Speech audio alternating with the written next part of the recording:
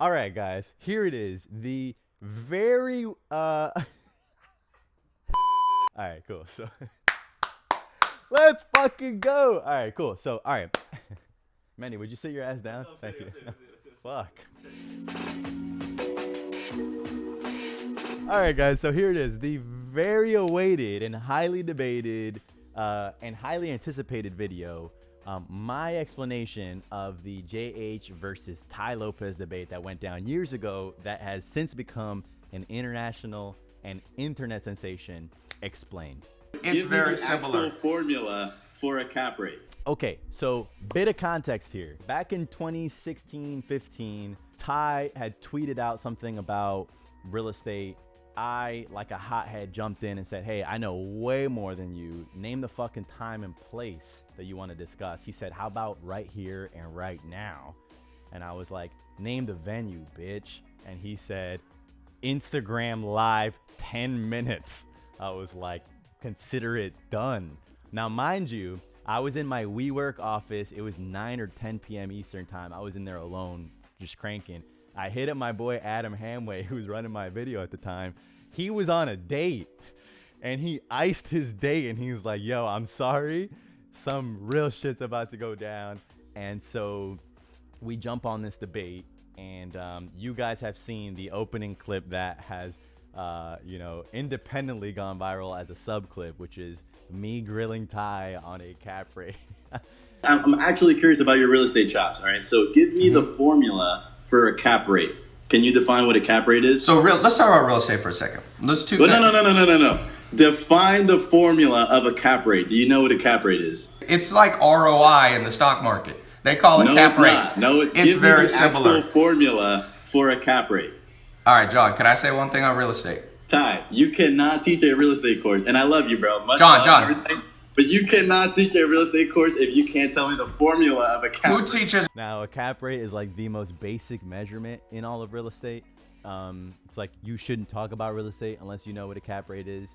And famously, he didn't have the words for it, and he stumbled on it.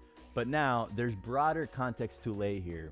For one, Tai is an absolute master of media.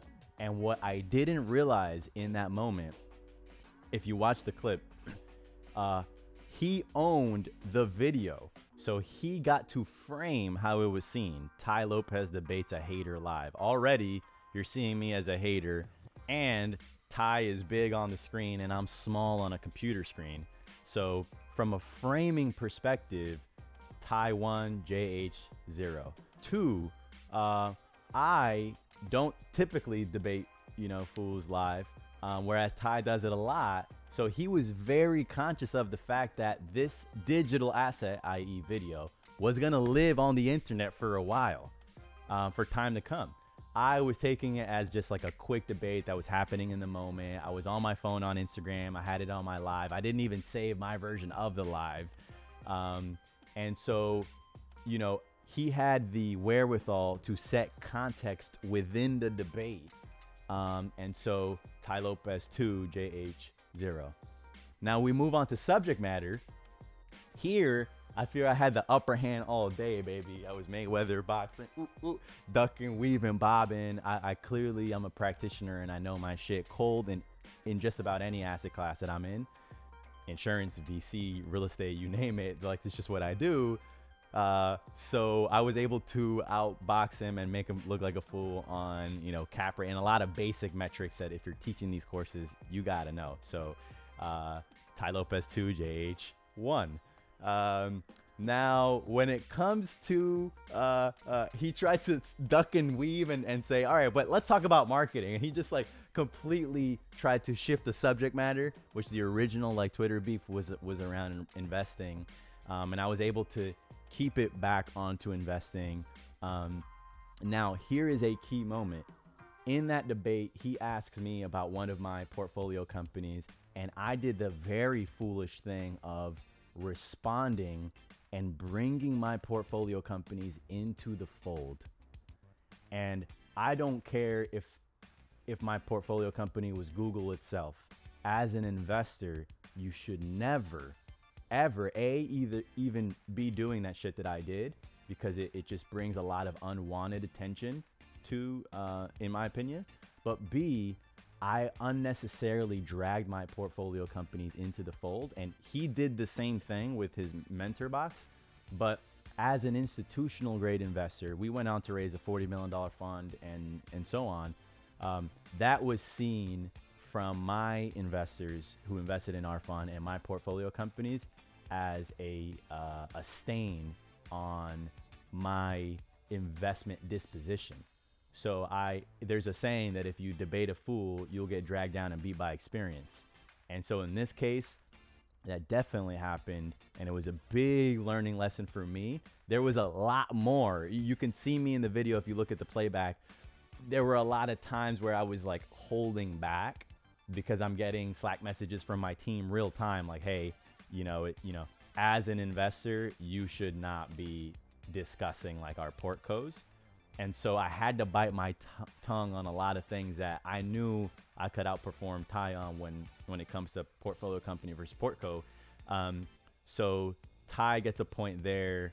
And I also get a point there, in my opinion, because I did the thing that I had a crossroads moment where it's like, do I want to be, some internet fool talking about, crypto, or, do you want to grow up and be an actual investor?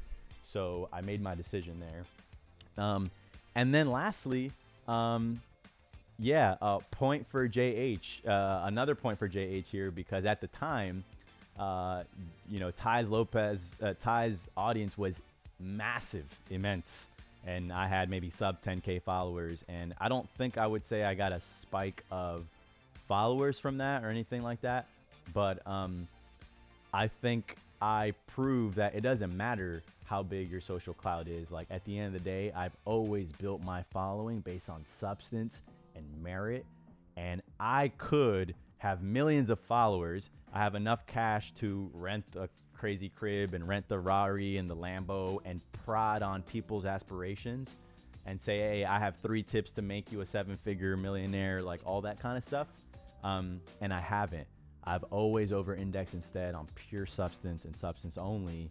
And so I pride myself that I was able to take on, at the time, one of the internet's biggest, as an obscure, unknown, internet figure at the time. Another point for JH, when I mentioned that I was going to be on TV soon, and he said, hey, I'll see you on your local channel. A few months later, my show on Vice debuts. It's international. It gets picked up in 8 international markets, and it's on a business topic. But now, just to discuss more broadly, Tai has gone on to do very impressive things, in my opinion. In the pandemic era, a lot of retail businesses completely shut down, and he launched an e-com umbrella company that is acquiring these underperforming retail businesses and repositioning them into e-com businesses. So I believe he acquired Pure One Imports, he acquired Models, clearly top tier brands. And I think he has a hell of a play here to reposition these old legacy brands into the 21st century. And I myself have gone on to raise over $40 million for institutional backed venture fund. I've launched my own VC backed company now called Loop. And so I think we're both on to really impressive things. So the lesson for me in all of that was be conscious that a moment in time that you think is fleeting, that's just a little debate, I had no idea would literally go on to get millions and millions of views, and people still years later will refer back to me. And it's interesting because people in this digital era will build an opinion about you based on a micro snippet. Is that fair? Is that not? That's not for us to debate. It's just the actuality and the reality. So be mindful when you step into these digital situations, set context, and don't debate fools, because it's not worth it. Now, Tai is no fool. I think he's very masterfully made his way in media and then transitioned that into a proper now investment career. But don't sleep on the underdog either, because this kid here is on his way to building $1 billion company. And so, yeah, that's my take on the JH versus Tai Lopez debate. I don't know where the points ended up at. You can call it a tie. And you can bet your ass that if Tai Lopez wants the smoke again, I'll be here, my friend. Round 2. I am no longer at the fun, so I got no obligations to look pristine. It's JH with the gloves off. We can go toe-to-toe on any asset class, in good fun, of course. But yeah, come a long way from that moment, and wouldn't trade it for the world. Would do it all over again, because that's how I like to learn in the heat of battle. So that's my take on it. Let me know what you thought of that video in the comments below. Like and subscribe for more story times of all things entrepreneurship and business meets culture. Peace.